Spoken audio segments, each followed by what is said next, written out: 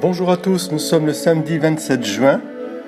C'est la fête de Notre-Dame du Perpétuel Secours, cette icône miraculeuse qui est visible à l'église de Saint-Alphonse Marie de Ligorie à Rome et qui unit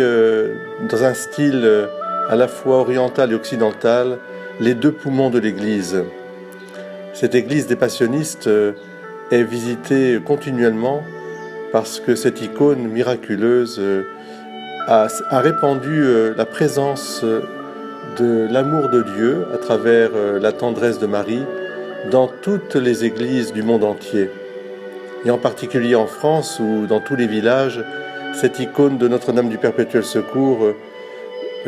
est vénérée, est aimée.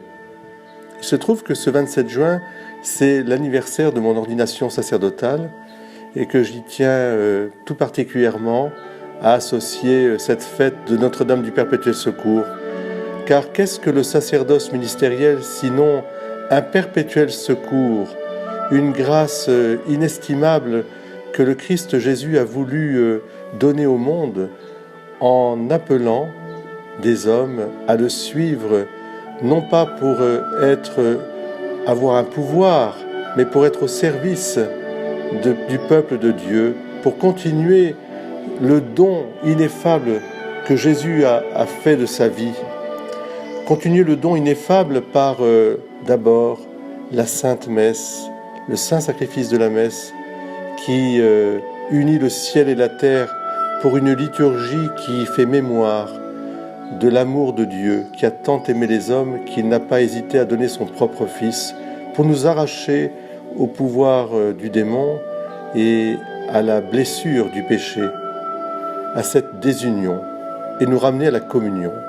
Alors oui, un sacerdoce ministériel voulu par Jésus-Christ et qui est une grâce, un service, qui fait que les prêtres ne sont pas des gens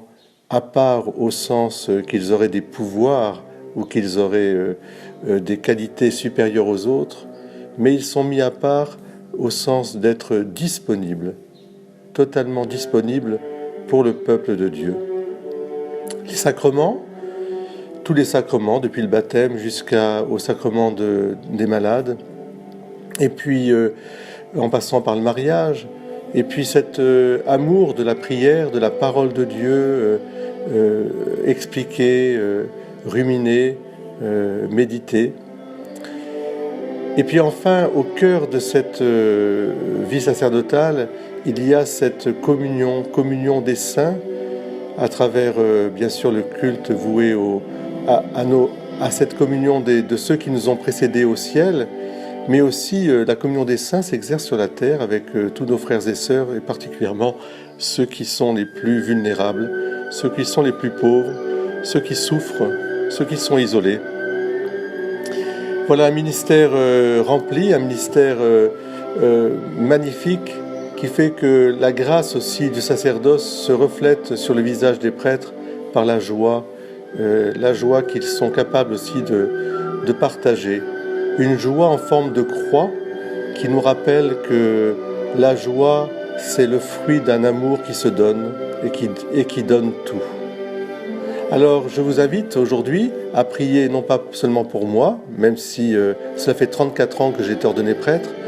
mais prier pour tous les prêtres, pour tous ceux que vous avez connus, tous ceux que vous avez aimés, tous ceux qui vous ont accompagnés, pour prier aussi pour les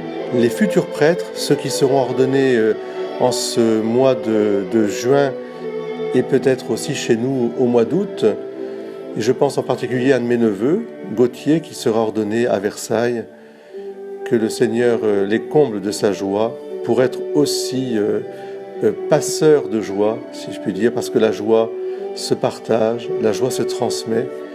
et c'est un signe de la présence de Dieu dans notre monde. Notre-Dame du Perpétuel Secours, on n'a jamais entendu dire qu'aucun de ceux qui ont eu recours à vous ait été abandonné. Je me confie à vous comme au premier jour de mon ordination sacerdotale. Et malgré le poids de mes péchés et de mes faiblesses,